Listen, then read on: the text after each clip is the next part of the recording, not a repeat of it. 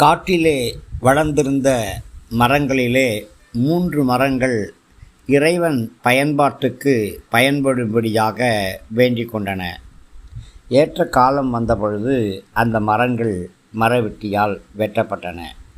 அதிலே ஒரு மரம் பொருள்களை வைக்கக்கூடிய தொட்டியாக செதுக்கப்பட்டது. இன்னொரு மரமானது ஒரு படகாக நேர்த்தியாக வணையப்பட்டது. இன்னும் ஒரு மரம் சிலுவை செய்யும்படியாக எடுத்து செல்லப்பட்டது. காலங்கள் கழிந்தன. ஒரு நாளிலே அந்த தொட்டியாக செய்யப்பட்ட அந்த மரத்திலே வைக்கோல் பூல்களை வைத்து ஒரு மாட்டுத் தொழுவத்திலே கொண்டு வந்து வைத்தார்கள். அதன் அருகிலே குழந்தை இயேசுவை வைத்தார்கள். இயேசு வளர்ந்தார், பெரியவனானார். இன்னொரு மரம் படகாக செய்யப்பட்டு இயேசு அமருவதற்கு பயனுள்ளதாக இருந்தது.